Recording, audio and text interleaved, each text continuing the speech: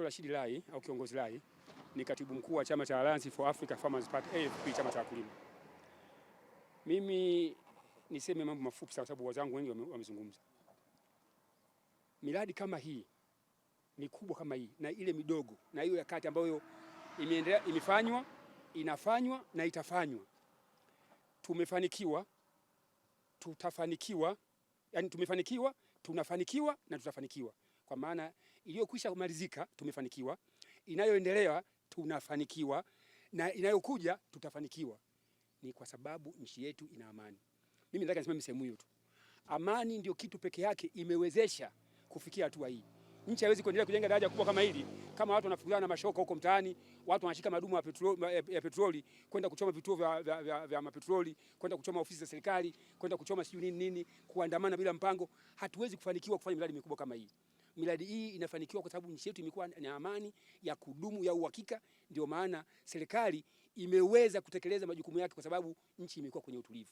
Sasa hili lazima niseme kwa sababu hatuna nchi nyingine, hii nchi ni yetu na hatuwezi kukimbilia.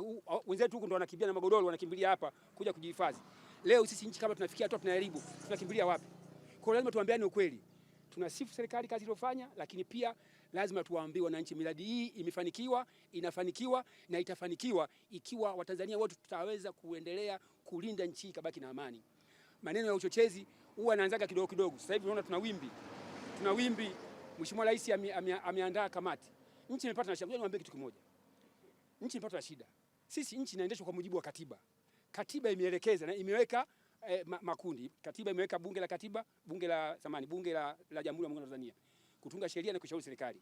Imeweka mahakama kutafasiri sheria na kutoa haki. Imeweka serikali kutekeleza shughuli za serikali. Sasa kila jambo linalotokea lina mwenyewe anayeweza kushughulikia katika hilo eneo. Kama nchi imeingia na shida kidogo, serikali imesema okay, tunataka tupate kiini ya hii shida. Mkuu wa nchi anaunda tume. Tume yani haijaanza kufanya kazi, watu tume haifai, wazee na nini. Yani wanataka nini? Wanataka tuendelee na hiyo shida, na kama tunaendelea na shida matokeo yake yanakuja kutokea nini? Sasa leo wamejitokeza mpaka viongozi wa dini. Juzi jana nimeangalia kwenye mtandao, kuna kiongozi mmoja alisimtaja jina, anasema tume ya uchunguzi imekosa hesabu, hata idadi ya wale waliofariki wamejidanganya wenyewe. Sio wengine wanasema ngapi, hesabu imekuwa haiko sawa sawa. Lakini hebu tuseme kweli, tufanye wamekosea kweli. Hata wangipatia inatokea nini? Hivi kujua tu namba waliokufa 40 au 50 au 60 au 100 katika kipindi hiki ambako nchi inataka tuiponye, inatusaidia nini sisi? Kwa nini wasisimame katika kuhakikisha kuliombea taifa hayo mambo yasijirudie tena?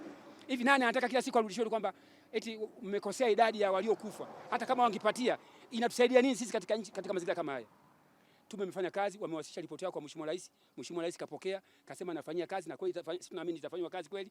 Hebu tutulie, serikali ifanyie kazi yake. Maeneo yaliyotajwa hatua zitachukuliwa, nchi ibaki salama ili miradi kama hii iendelee kufanywa.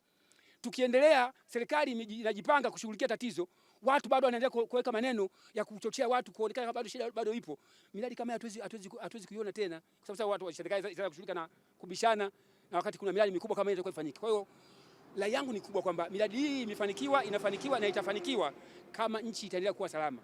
Tuwasi wa Tanzania wote kwamba nchi yetu ni hii, hatuna nchi nyingine ya kukimbilia. Kila mtu atimize wajibu wake, lakini tuhakikishe kwamba nchi inabaki kuwa na amani ambayo wenzetu wanajisifia, wanatuonea wivu na wanakuja kujifunza hapo kwamba tunawezaje kuendelea katika nchi yenye amani kama hii ya kwetu. Asanteni sana.